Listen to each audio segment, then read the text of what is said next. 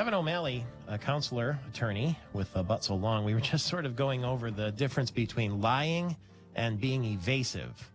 And I said there would never be court proceedings if you couldn't have a distinction between lying and being evasive. And the reason we're talking about is the House Speaker, Jase Bolger, said he didn't lie. He was just evasive. You like those two words? I mean, what would you say?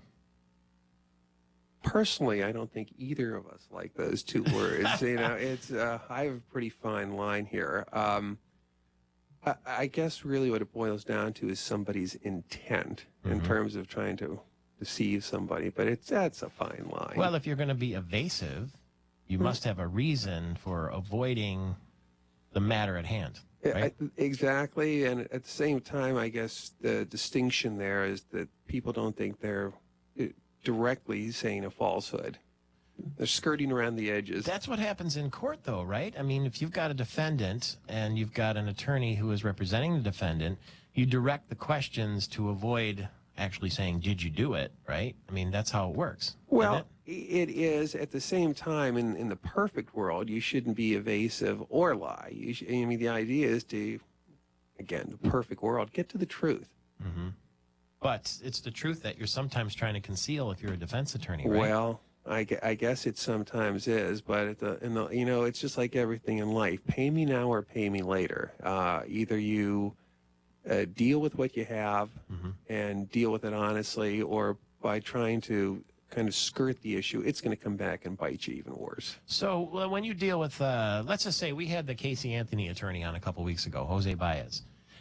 If Casey Anthony is having him represent her, should she say, yeah, I did it, get me out of it? Or should she also lie to him?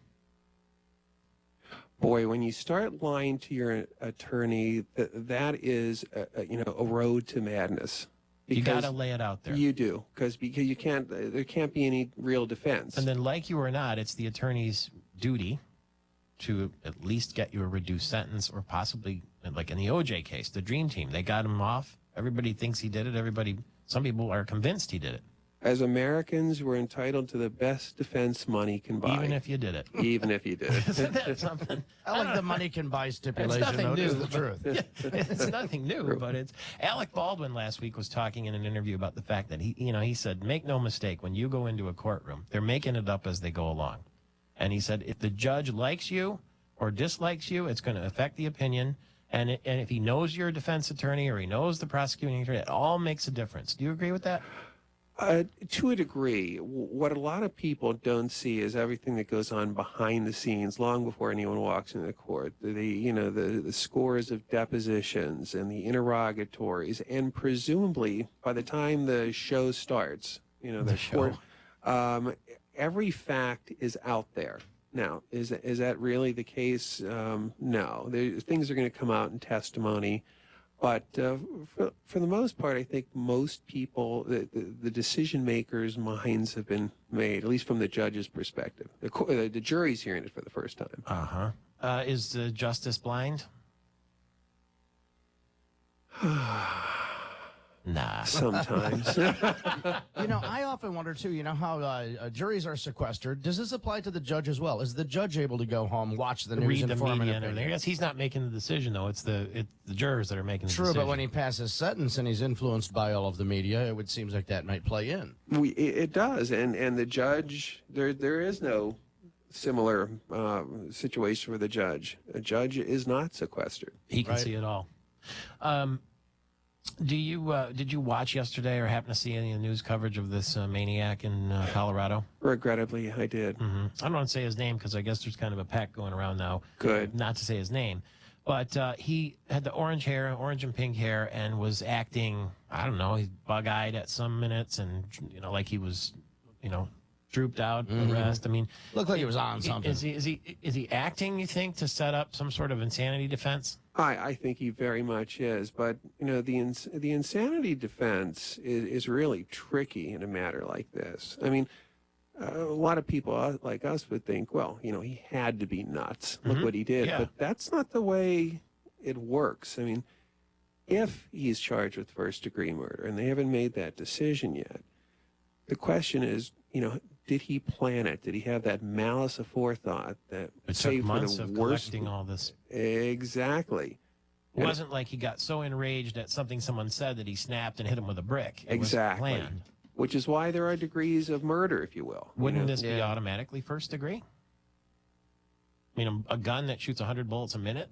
Yeah, the only question is whether, this is a death penalty case or not. And, the question is whether you want to stretch this process out 10 years. That's what would happen with, well, look at the guy in San Francisco that put his wife in a fishing boat. Right. He's still there. Exactly. And, but, between all the state appeals, all the federal appeals, and the effect that's going to have on the victims. And I think the district attorney out there is very cognizant of that. And what they want to do is get a lot of opinion from the victims themselves. Should we go this route, or should we just, lock him in a cage for the rest of his life? I guess that's a tough call. You can get, well, he's going to be in jail anyway. So what's the difference? Well, the question is whether at some point, The resources? yeah, then whether he's going to be killed, whether the state will put him to death, and whether it's worth waiting the time and going through the agony and the ups and downs of that. People like to talk, I was saying earlier about, they like to put people in boxes. You're a conservative, you're a liberal, you're a Republican, you're a Democrat. For one thing, I don't know how I feel about this. I would like to see him sent to death. Okay? At the same time, I don't think you should be selling guns that can shoot 100 bullets a minute to anyone in the United States. So where am I on the political scale? I'm nowhere. Well, it's a funny story because before coming in here today, I was mentioning I have terrible allergies, and so I take Claritin D. And being just a very slightly obsessive-compulsive guy, I noticed I was down to about 3 of them and tried to buy some more at Meijer, and they said, sorry, you can't buy it yet. Oh. It's not your time, Look at that. You can't get allergy medicine. But you can buy 6,000 bullets. Yeah. It kind of got me scratching my head and said, well, we have to do some thinking about this. What are you going to do? Melt that Claritin down and make crystal meth or something? That's exactly. I mean, that's how embarrassed I felt standing there. You degenerate! How could you possibly want 3 more allergy medications? Jeez.